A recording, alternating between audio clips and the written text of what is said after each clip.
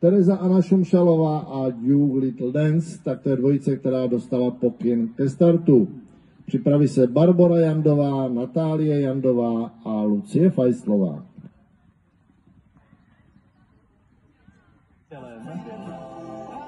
To bude takový ploužáček mezi 12. a 13. hodinou.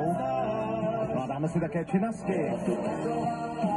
No, musím se přiznat, moje oblíbená písnička, doufám, že zazní na Českém mejdanu s impulzem 21. října letošního roku. Pozor, také jsme zpřístupnili novou kategorii vstupenek Gold přímo pod pódiem, tak jestli si chcete zatrsat, tak Ticket Portal a Ticketmaster. Doufám, že se tam všichni uvidíme na téhle velké hudební akci. Teď už pozvánka ke zprávám a Lenka Svobodová. Hezký den. Řadě pracovníků ve státní sféře hrozí vyhazov. Stavba obchvatu Plac začne příští rok a lídři nejsilnějších stran na Slovensku už odvolili. Víc řeknu v poledne.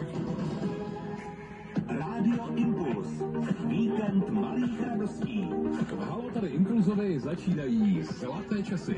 Kolikrát celkem a kdy poprvé jste se do naší hry přihlásili? A co hrajete doma, když máte dlouhou chvíli? Pošlete nám zprávu do studia a dejte fotky na Facebook. Rádio Impuls. Rádi, jo, na víkend. Kvalifikace je zpět a českou fotbalovou reprezentaci čeká další důležité utkání v boji o postup na Euro. V neděli 15. října od 18 hodin v Doosan aréně v Plzni přivítá Faerské ostrovy. Bude potřebovat podporu každého z vás. 15. října 18 hodin Doosan Arena Plzeň. Vstupenky v prodeji na ticketportal.cz.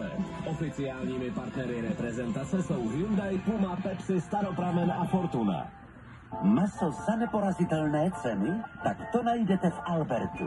Každý týden, ale opravdu každý týden vybíráme to nejlepší maso za nejlepší ceny. Kvalitní maso si tak může dopřát opravdu